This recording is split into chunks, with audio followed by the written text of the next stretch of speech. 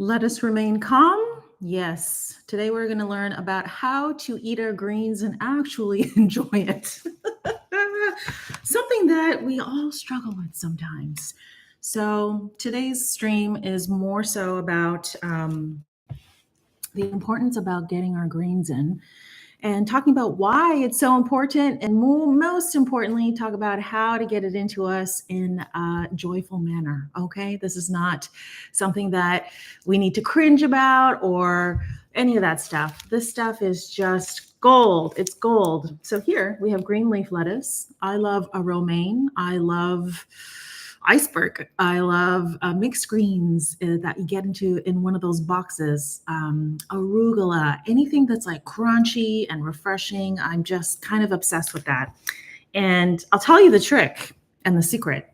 It's not a secret, but as soon as you start eating something crunchy or green vegetables or any kind of veggies that you actually enjoy, that's the trick, because that's when we start actually craving them, really enjoying them, and actually wanting to eat them more often. So most Americans, I believe it's like a staggering 5% of the American population gets enough fiber in their diet. Their diet meaning like just how we eat, not catering to a specific type of diet.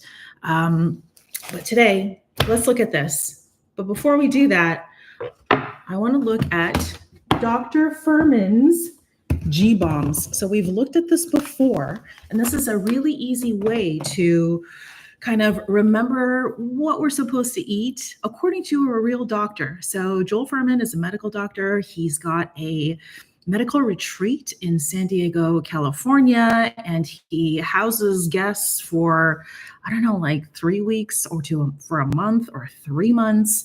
It really depends on everyone's unique situation. But I don't know much about the program. I've never been there. I've not been exposed to it, not the way that I have been exposed to the McDougall program. But if there were somebody sick in my life who could really use some medical support from a group of professionals, I would sign them up for the McDougall program, which I have done in the past, or I would really look into Joel Furman.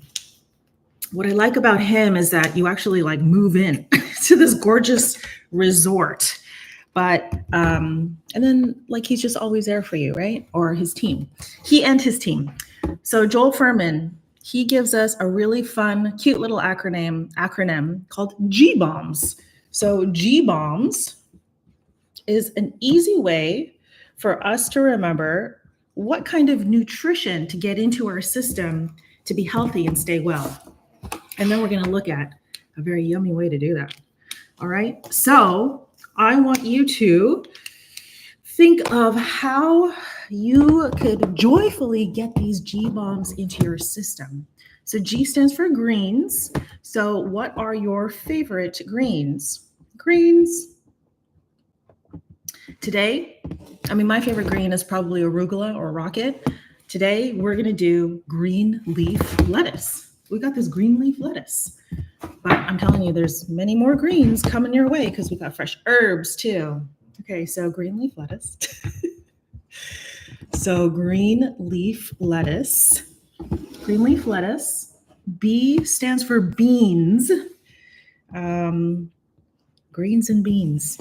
If you were to only stay in these top two categories, I think you would do very well. And if you are one of the 95% of the American population, which probably extends to other nations, basically the majority of us are not getting enough fiber, and the fiber into our bodies is what makes all of those wonderful chemical reactions that creates health. So that's why it's so important and so joyous to get that stuff into us. So beans, if we were just to eat more greens and beans, I bet you would push yourself out of that 95% and get into that top 5% if you were to just focus on those two things. So today we're going to go with easy peasy garbanzo beans. They can be organic or not.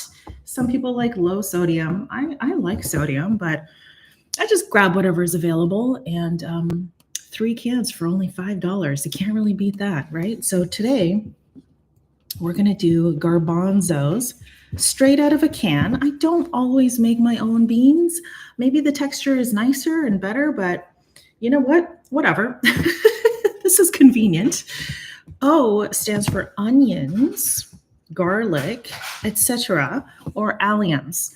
You can think of like shallots or any kind of onion, white onion, sweet onion, red onion, shallots, scallions, green onions, spring onions, whatever we call them. So today, do we have onions? Yeah, we have red onions. So we're going to add some red onions. And I'm also going to show you a dressing where there's tons of garlic. So alliums. M stands for mushrooms. And already, if you're already thinking like, I'm overwhelmed, these are too many vegetables, then again, I would say just why don't you just start with the first two and you're going to be on a really good path. Today, I'm not going to add mushrooms to my salad because I had a boatload of mushrooms over the weekend. So mushrooms have this amazing potential to kind of boost our immunity. So if there's a nasty virus going around in your town, like there is one here, like it's so bad, and it knocks people off their butts for like 2 weeks.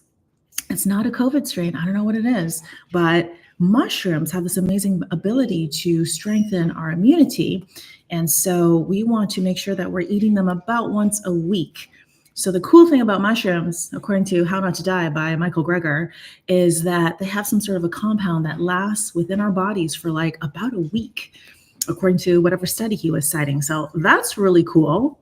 So think of this as your medicine. So your dosage for mushrooms is just once a week. You don't have to feel that pressure to eat this stuff every single day. I know that can get overwhelming. And that's why I'm going to skip the mushrooms today, the mushrooms. But if I wanted to, I could quickly saute them. You could get them frozen and pre-cut in the freezer aisle in a bag and just nuke it. It can't get easier than that. The last B stands for berries. I'm not normally liking berries in my salads because I like my salads to be more savory versus sweet, but I have enjoyed a berry type of dressing. And instead of berries being added to our little crunchy salad snack, I'm just going to simply eat berries as a snack. So I got some bloobs. I also had some blueberries this morning.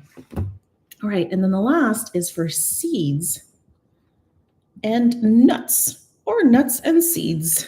Okay, so I want you to either write this down and just list off your favorite greens, beans, onions, mushrooms, berries, seeds, and nuts.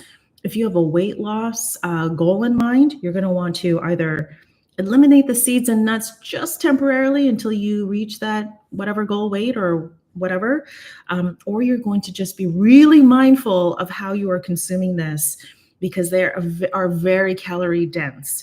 So although they're a major superfood, I mean, I think all plants are superfoods, but you have to be really mindful because lots of calories. And if you're just not mindfully just chowing down on them and snacking on them because they're so rich and delicious, then it might pack on unnecessary weight or allow you to not release the weight that your body is trying to release as you eat all of this good stuff. Now, if you're just having a snack, that's okay. But if you want to turn this into a meal, I don't think of salads as meals unless there's one component in that salad. And that component is called starch. Yeah, we need our starch, especially as like vegetarians or vegans or plant-based people or whatever.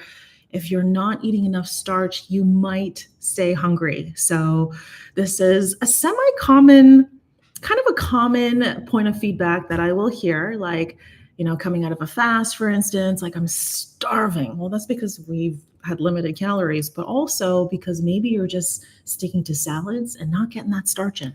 So on this list, beans happen to be a starch.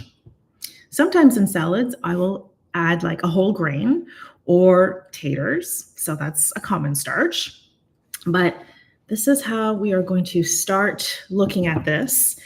And the reason why this is so important is because so many of us are so sick and we just feel like crap, or we're inflamed and we're trying to put a cream on it or take a pill for it. And it might help temporarily, but I kind of believe in balance in all things. And sometimes if I'm taking that pill or if I'm putting that cream on, something else is going to happen that is not very savory. So not to say that all of that stuff has negative outcomes or negative side effects, but they could. The funny thing about eating a bunch of whole plants is there are no negative side effects. Nothing becomes dangerous. I don't have to worry so much. I know that's kind of a blanket statement, but in general, that is the case. I'm just saying in general because you might have some sort of real issue with beans and it might really upset your stomach. So in that case, just start really slow and build up every single day, a little bit at a time. Don't overdo things. Some people see a list like this and they're like, oh, mushrooms are really healthy for us. Well, I'm going to eat pounds and pounds of them every single day because you said that's healthy. But again, the nice balance, right? Don't overdose on mushrooms because we don't have to do that. And yeah, this is just a really easy way, quick framework to follow to get some health into us that's natural and abundant. Joel Fuhrman, he said that he was in the Food Revolution Summit recently, and he was describing plants and eating plants and how we feel eating plants, and he was actually quite inspirational. So he sounds like a real leader, this Joel Fuhrman character, and he said that when we live this way, we are in the pursuit of health. And so even though personally I've been on this path for over a decade, it's just we're continuously on this path. So it's always this game of what other inspiring new recipe can I make? Or what is something that's like quick and easy and delicious that I'm actually going to really enjoy? And that's the key. We have to enjoy it. We have to enjoy what we're eating. Otherwise, it's just not going to happen realistically. So make sure that whatever it is, those are supposed to be hearts, by the way. Whatever it is you're doing, make sure that it's enjoyable. All right. And he says, Joel Fuhrman, we're in the pursuit of health. We are in control of our health and our health destinies. More or less. I know that's a blanket statement too, but it's the easiest thing we can do to control our health today. And it's within our control for the most part. And he says that we are happier and calmer and we find more peace. And I cannot agree with that more. So many people say like, I don't have any energy. I'm constantly tired. I constantly have brain fog. I'm not really sure what's happening. Well, there are a lot of components. Are you getting enough sleep? Are you seeing any kind of like sunlight? Are you getting some vitamin D? Are you getting nutrients into your system? Nutrients. All right. So I'm going to show you first the salad that my daughter stole from me the other day because it was so tasty. So when it comes to greens, this one is organic, but it doesn't have to be organic. Lots of people want to refer to the Dirty Dozen by this environmental group. And Simon Hill had an expert on his show. He's got a lot of experts on his show, The Proof. And what she said was those Dirty Dozen, that list was like really exaggerated in terms of the studies that they were referring to. And so her high recommendation is kind of don't listen to the Dirty Dozen. And because the pesticide usage is still extremely safe. So just because a plant in a grocery store is not organic, it doesn't mean that it's going to hurt us, was basically her point. So go organic if you want, totally not necessary. I know the prices of groceries have skyrocketed, so it might just keep going in that direction. So don't be stressed out about that, okay? Don't feel the pressure that you have to be organic. This just looked like the best lettuce. And that's just a habit of mine. So in terms of washing, yeah, I'm going to get real basic today. In terms of washing, because I believe it or not, I've had that question. The question of, I don't know what vegetables I'm supposed to wash once I bring them home. High recommendation, wash everything. Wash everything. Why wouldn't you? So when you touch this, and you get it home from the grocery store, you might feel like a slime. If you don't, once you actually rinse it and get some water on it, you then might feel this kind of slimy coating. And it's just something that they put on there to preserve this beautiful lettuce. Because if I were to have grown this out of my garden and plucked it out of the soil, it would not look like this 2-3 days later. It would start wilting because there's just nothing preserving it. So make sure that you try to wash that stuff off if you can. I also like this, not sponsored, but this is a product called, what is it called? Enozo. That's a terrible name, but it's from a company called O3. So like oxygen 3. And this, you just put regular tap water into it. It pumps out a cleaning agent that's basically using the power of ozone. And I just spray it, let it sit for like 2 seconds, rinse it off, and it's just killing like 99% of bacteria that could be on these guys.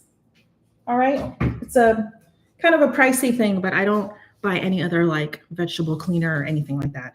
If you just want to use plain old water, then that's great.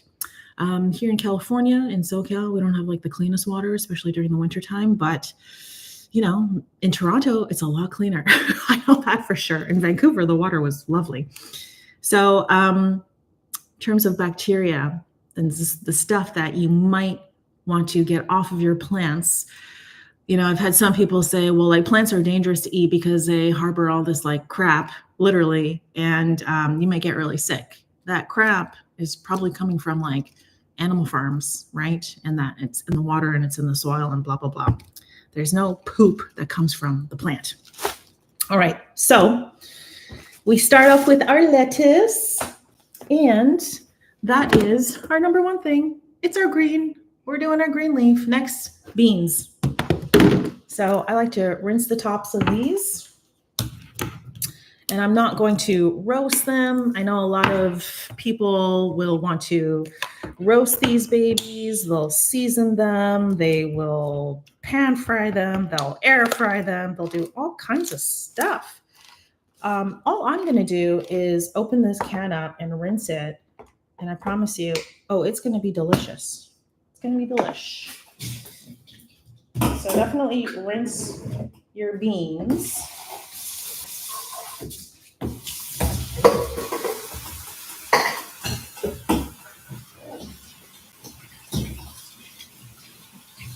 Okay, we're going to rinse those beans and just let it hang out. And that's just all, okay?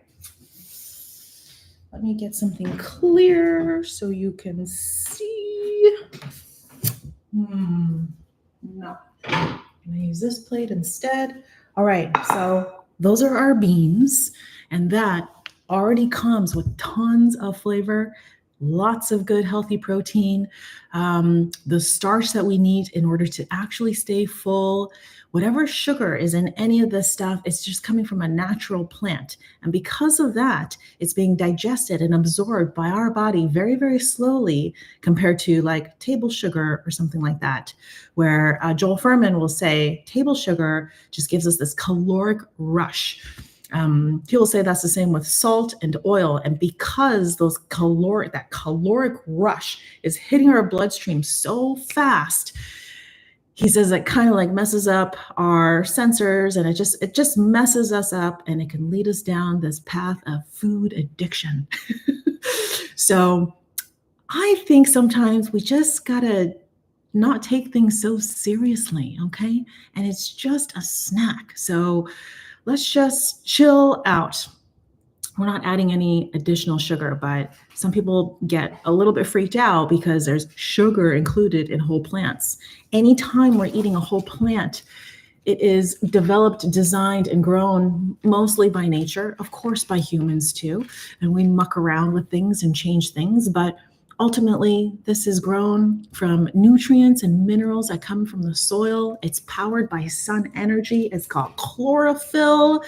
When we eat chlorophyll and it gets into our bloodstream, if I go outside about half an hour later and get at least a few minutes of sun, just like on my hands, maybe on my face a little bit, I am going to actually develop an enzyme called CoQ10, which apparently a few years ago, again from How Not to Die by Michael Greger, apparently a few years ago, we never knew that we could produce CoQ10 already within our bodies naturally. We thought that we had to supplement that. So Dr. Greger was really excited about that note because if we could do that, what else can we do, right? These are all sometimes health, Ruby, is just about chemical nutrient interactions. So it is just sometimes a biological process. We eat the chemicals, they have chemical reactions. Ruby, that's our salad. We have chemical reactions within our body and down. And that is what creates health. And it just helps the body move. It helps the body run. It helps us thrive. All right, so my mom likes to pluck all of these leaves. She likes to wash everything. A lot of people like to do this and then store it. I just, for some reason in my experience, I find that as soon as I pluck it from this core, it just starts to kind of like get old really fast. So I like to keep the core on and just kind of like rinse everything, wrap it up, and just store it like that. For today, we're just going to make a tiny little snack. Okay, so the rest of our stuff, we're going to look at red onions is our O or our allium. I said we're going to skip the mushrooms. Berries we're going to have as our snack, and then seeds and nuts. So on a whole, actually, I had all of these things already in my morning smoothie, but let's just do this. Where's my knife? Okay. So to this, we're just going to chop it up. It is a little wet. Let's just give this a rough chop and punch this into Chronometer, man, and you will see how many nutrients are in this baby. So we've got our little bowl of goodness. And I know many people are like, salad? Seriously? You want me to eat salad? And they cringe and they're like, no, I don't want it. This is the easy way to get it into you and make you love it. Okay? Let's grab some beans. Top it with some beans. And I'm telling you, it's going to add so much flavor and a bit of like fattiness, and that's going to be good. Okay. It's not dressed yet. I know. We're going to dress it with some flavor and fat. We've got pitted Castel Vetrano olives, which are the best olives in the world. This is especially good for people who might want to put on a little bit of weight. I'm not saying that this is like a fattening product, but if you eat enough of it, it could. But I'm working on this menu right now for typically like sometimes elderly people have a really hard time putting on some weight and they're not really sure what to eat. So although this is just a salad and it's not very calorie dense so far, this is higher in calorie density. The nuts and seeds are high in calorie density, but this adds in a ton of flavor. So not only is this going to help you gain a little bit of weight at least and eat something that's more calorie dense, it's excellent for the little kids because, I mean, our daughter's not overweight or anything, but she needs her calories. These are pickled pepperoncinis. They're already pre-sliced. My hands are clean, and I'm going to add in a little bit more. They're not super spicy, but they do have a little bit of a kick. So to this, we're just going to add it to our salad. All right. And I'm telling you, it's not just a salad. I'm going to show you how to make it even yummier. And I know it's not dressed yet, but all of a sudden you've got the vinegar from these pickled pepperoncinis, and it's already yummy. Now, salt and pepper. Whoops. I'm going to add in a tiny bit of salt. No, I'm not afraid of salt. And even though Joel Furman's like, don't do salt because it hacks your brain and it's going to make you eat more and you're going to get addicted to food. If you're that kind of person, then be mindful of that. I believe him. But for me, I love to flavor my food with a little bit of salt because it draws out the flavor in food. And I love food, but I mean, I'm only addicted to certain things food-wise, so whatever. So there we go. If you want to add in a bit of olive oil, some vinegar, a squeeze of lemon, some apple cider vinegar, you could do that. That would be lovely, but I'm not going to do that. Ooh, we also have some this, and I need my red onion. Uh-oh. There it is.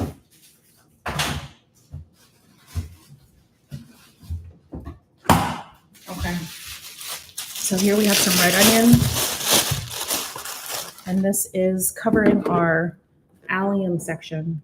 So we got our greens, got our beans, red onions, and already we are like half of our list is done.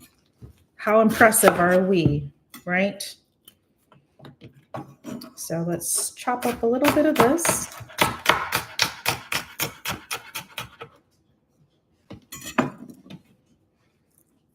And we're gonna add a little bit of color, which is also really pleasing to the eye. Looks real pretty.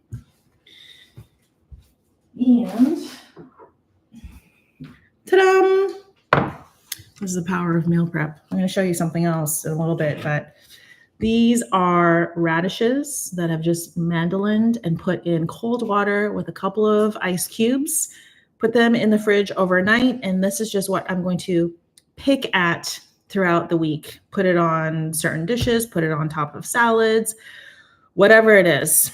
I'm telling you, I have been opposed to meal prepping forever, but when we do that, it always creates a nicer week, and I eat prettier things as opposed to just slapping something in the microwave and eating up my leftovers. These are cucumbers that I've just hand sliced and done the same thing. Okay, so just add that in. And I know what some of you are thinking. You're like, it still looks like a salad, Jamie. I don't want to eat that. I'll tell you how to make it better. Alrighty. And now you're like, well, where are your seeds and nuts? Okay, so mushrooms, we've already eaten them, so we're not going to go there. We'll eat some more later on this week. Berries, I'm going to have just as a snack because I don't like them on my salads. And then seeds and nuts, you can make an amazing dressing, which I will show you next week, with no oil if you don't want to have oil, but it's going to be a rich, gorgeous sauce. And here it is. So it's this pre-made. It's got walnuts in it, and that's how you get that rich flavor. Oh my gosh. It smells so good. There's garlic, there's ginger. So I've got my alliums. I've got my nuts for powering my brain. I've got, what else is in here? A little bit of fish sauce, garlic, ginger, lots of lime juice, a tad bit of water, and then the walnuts just to create that creaminess. I love any kind of like a creamy sauce. That is a very Asian-y sauce. This is going to be my Italian meal. Oh, I also put a serrano pepper in there, so it's spicy. Okay, let's move that. And for all my friends who say, you know what, Jamie, that's nice that you like salads, but I don't like salads, I'm here to help.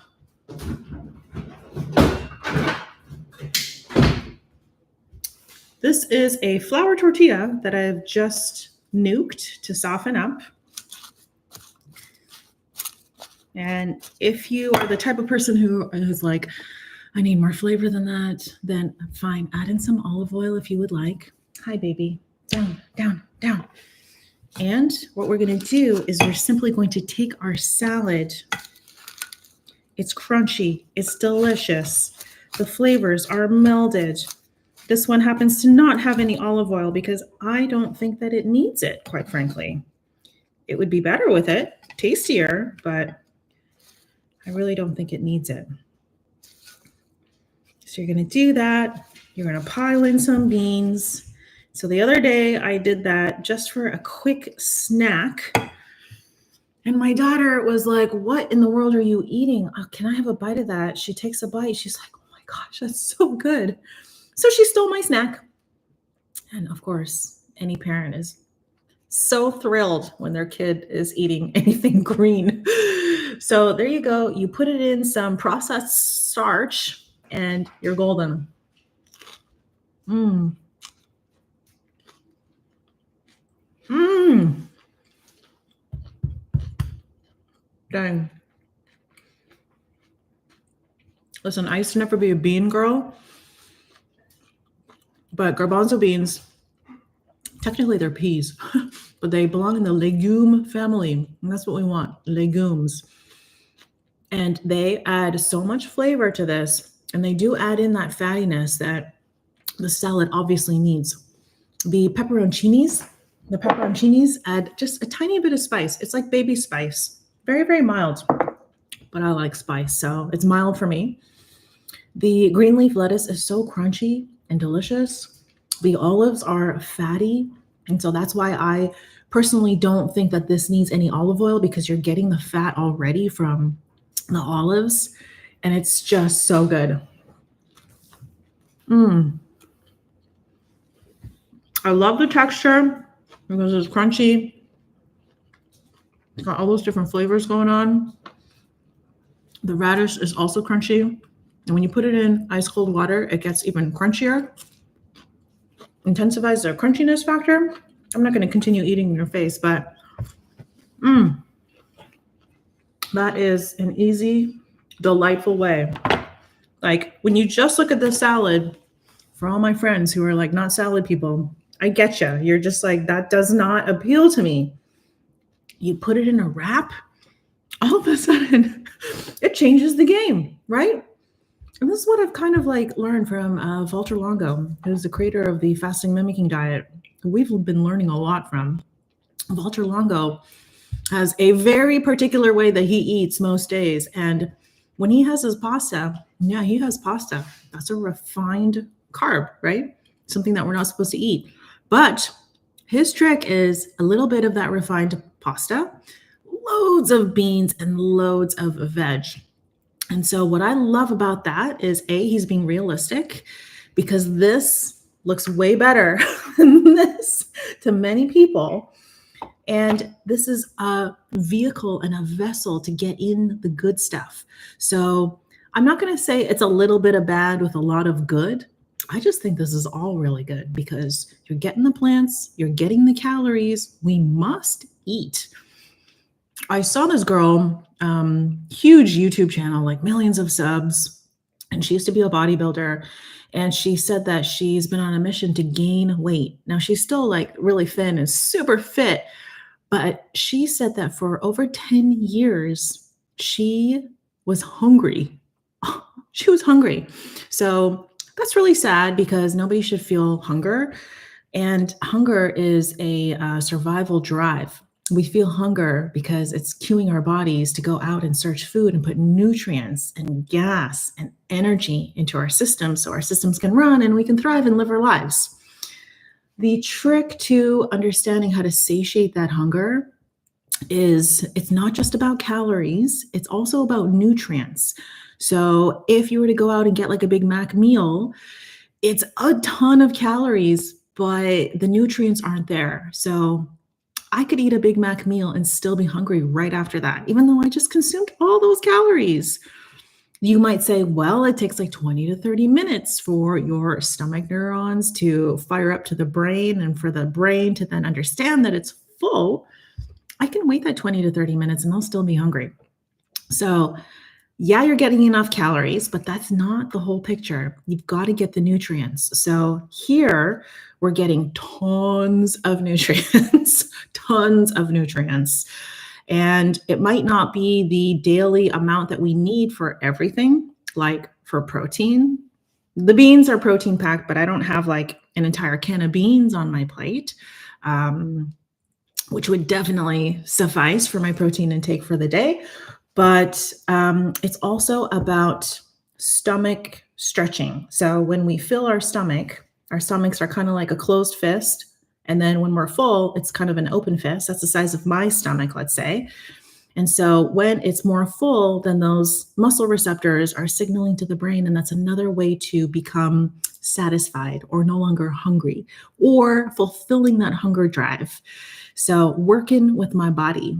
So enough calories, enough nutrients, and then kind of like the weight or the mass that is in the bulk, I should say, not the mass, the bulk that is in the stomach. So it's kind of those three things that allow us to feel hunger. Sometimes we don't have the nutrients, but we have too many calories. So somebody who may be overweight, who eats a lot of processed stuff that they're not getting a lot of nutrients, they actually might be malnutritioned. Isn't that insane? That so many of us could be suffering from malnutrition because we're simply not getting the right stuff into us. All right. So that's that. Hi, David Wood. Hello, everyone. And hello, Adrian's Art and Gardens. It's so nice to see you. So I want to stress the importance of G-bombs and plants and vegetables because it can be fun, it can be joyous, and we absolutely need to start getting to the habit of getting that stuff into us. Now, it's not just about this. Some people will say, well, I eat really well and I still have these issues and blah, blah, blah, blah, blah. I think that there are a few other components to this. So this is what I call the care kit. So I hope you wrote G-bombs, like write it down, G-bombs. And maybe if it's just today, it doesn't have to be a salad. It could be any dish, but I enjoy anything crunchy and refreshing because it just feels really nice and yeah, it's refreshing. But besides the G-bombs and writing out what of these things you enjoy in terms of greens, beans or legumes, onions and alliums, mushrooms, berries, seeds and nuts, I like to think of care. This is how I care for my body. And the reason why this is so important is because when we care for our bodies then in turn care for us. It's just an amazing thing, amazing synergistic relationship that we have with our bodies that are a part of nature, that are designed amazingly. So our work is to get the plants into us. And we got to make sure it's fun, that we love it. So I prepped all that stuff last night. Cranked this amazing playlist that was like 90s Brit pop. Oh my gosh, it was so good. And just had a ball and cleaned up. And it was just a nice, relaxing time to close out my weekend. But in terms of just, we get the nutrients into us. So there, you're winning all day long. But let's say you're like, I eat well. I'm still not feeling very well.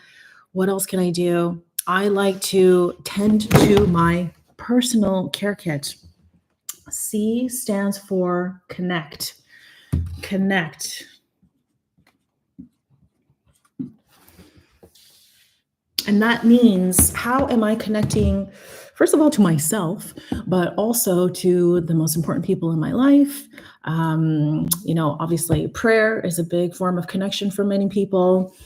How do I connect to Ruby? How do I connect to the outside world, to nature, to the environment?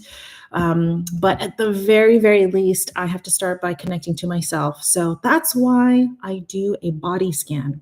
And that just means I start up here and I slowly, mindfully think about all aspects of my body and how I'm feeling. So it is very much like emotionally, how am I doing? Physically, how am I doing? Are there aches and pains? Are there former aches and pains that have become alleviated and feel better? All of these things, write it down, write it down. And so that kind of centers me, and it just kind of reminds me and snaps me out of my, hurried day to day where I'm not thinking about that at all. And I get to connect with myself. I also like to do a gratitude list. That might sound funny to many people. It certainly sounded funny to me years ago until one day I did it. I did it for 3 days. I did it for 5 days. I did it for a week. I did it for 2 weeks, and it changed my life. It changed my life. The reason why it changed my life is because it changed my mindset. And what I realized is I have so much in my life. And I just felt it's kind of overwhelming. It's kind of overwhelming. So when you think about what you cherish in life and how much of that you have, I mean, it just changes everything. So everything changed from there. Everything changed. Okay, so that's connect. I also get a lot of energy from people. So I'm a mom. I do the school pickup thing. I work from home. It's kind of a lonely business to like be a solopreneur. I'm used to working with big teams and lots of interaction. So for me in particular, I need to make sure that I connect with the outside world in terms of like other people besides our dog. So that means being mindful about saying yes. Sometimes when people are like, hey, you want to go for a hike and a picnic or whatever, catch some drinks somewhere. Many times I'm like, no, I'm too busy, but no, I have to say yes. So connection is everything. At the end of it all, I think that connection is really the only thing that I'm going to care about. So I want to stay mindful. If I'm connected, I feel better and everything just works better. A stands for active. This, by the way, is my framework on how to have optimal health. Active means just that, active mind, active body. But first I do active body and then active mind. So my best day is when I roll out of bed and my yoga gear is ready and I just put it all on and go to my yoga class. And then I come home and do all the things. So the brain docs, Aisha and Dean Sherzai, they say that when we are physically active first, I've heard of this being described as fertilizer for the brain when we are physically active. But these brain docs say that there's plenty of studies now that show when we are physically active first, and then we sit down to actually do the work or go to school or work on a hard project or whatever it is you're using this brain or you're reading or you're learning here, that's the better order to do things. So work the body, then work this noggin. So every day I got to be active. And how am I doing that? I don't hit my hot yoga class every day. So I simply take a walk. Ruby's my personal trainer. So she's very heavy and very strong, and she gets me going. So every day, what is that activity? You could say, Jamie, I don't have a dog. I have nobody to walk. I don't like walking. I can't walk. It's too cold outside. It's too hot outside. I say, get into the kitchen, start prepping some food. When you're waiting for the food to cook, do some squats, crank some music, maybe dance around. People look at me like you're nuts, but you're moving your body. What I also love about the brain docs is they will say that standing is better than sitting. So if you can't be physically active and you're just sitting all the time, instead just stand up, prop your computer up somewhere and just stand. Standing is better than sitting. We all got to start somewhere. So that's a great next step in your active care kit. R stands for rest. Oh, all the rest stuff. People are like, you must have these many hours of sleep and blah, blah, blah, blah, blah. I like the brain docs a lot because they've taught me a lot. And they say that we need, everybody, doesn't matter if you're elderly either, we need, as adults, 7 to 8 hours of restful sleep every single night. every single night. So they say that we can't catch up on the weekends. So try to go to bed at the same time every day. Try to get up at the same time every day. This is very basic. You've already heard this a million times, but now all the studies are showing that yeah, this is actually really good advice still. So try to get at least 7 or 8 hours every single night. I find that the best rest happens when I go to bed without a full tummy. So Joel Furman, he says, and many other people say that we should stop eating 3 to 4 hours before bedtime and not stuff ourselves at dinner time. So that's great advice. On the nights that I do that, I get a much better rest. So when we're digesting food, it actually takes up a ton of energy. Whereas if we go to bed and the body's not working on digesting all that food, what is it doing instead? It's taking that energy that it would otherwise be using digesting food, and it's healing the body. Sleep is so restorative. I mean, again, we know this. But how often do we actually do it? Some people will say, well, I need more than 8 hours of sleep. I need 10 hours of sleep. You don't understand. Unless it's a specific condition that you have, the brain docs say, no, actually, you don't need more than 8 hours. As soon as you get 9 hours or more, they say that we can develop cognitive issues. Let's say you're elderly and you're like, I only need 5 hours of sleep. They disagree with that too. Yeah, they say you need at least 7. So I don't know, check them out. The brain docs. The last one stands for eat well. Eat well. Okay, so recently I was talking to somebody and they're like, I do eat well. I have a doctor. I have doctors. I do all the things. I'm like, do you have a stress release system? Yeah, I meditate. I meditate for 15 minutes every day. Okay.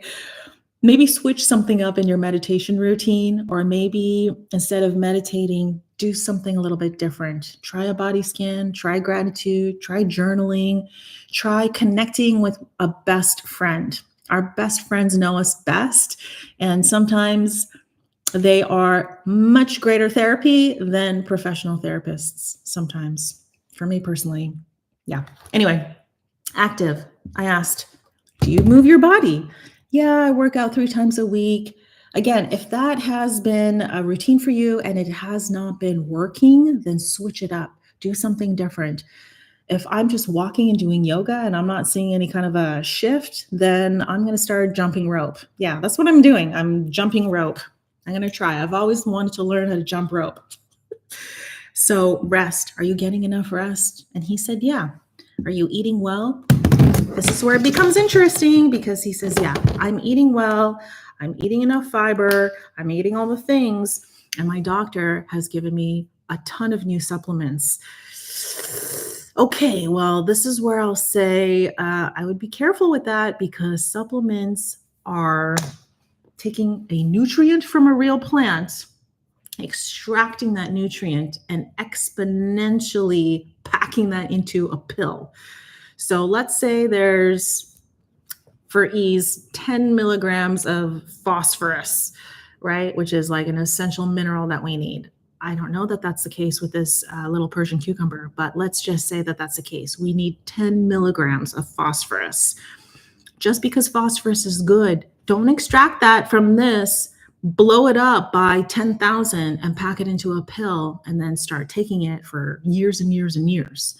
Because what that means is, let's say we only need 10 milligrams of the phosphorus a day-ish, because sometimes, that chemical or nutrient stays within our body for a while, like the mushrooms, they stay for about a week. That's great. But just because that's good for me, it doesn't mean that like thousands times more is better for me, right?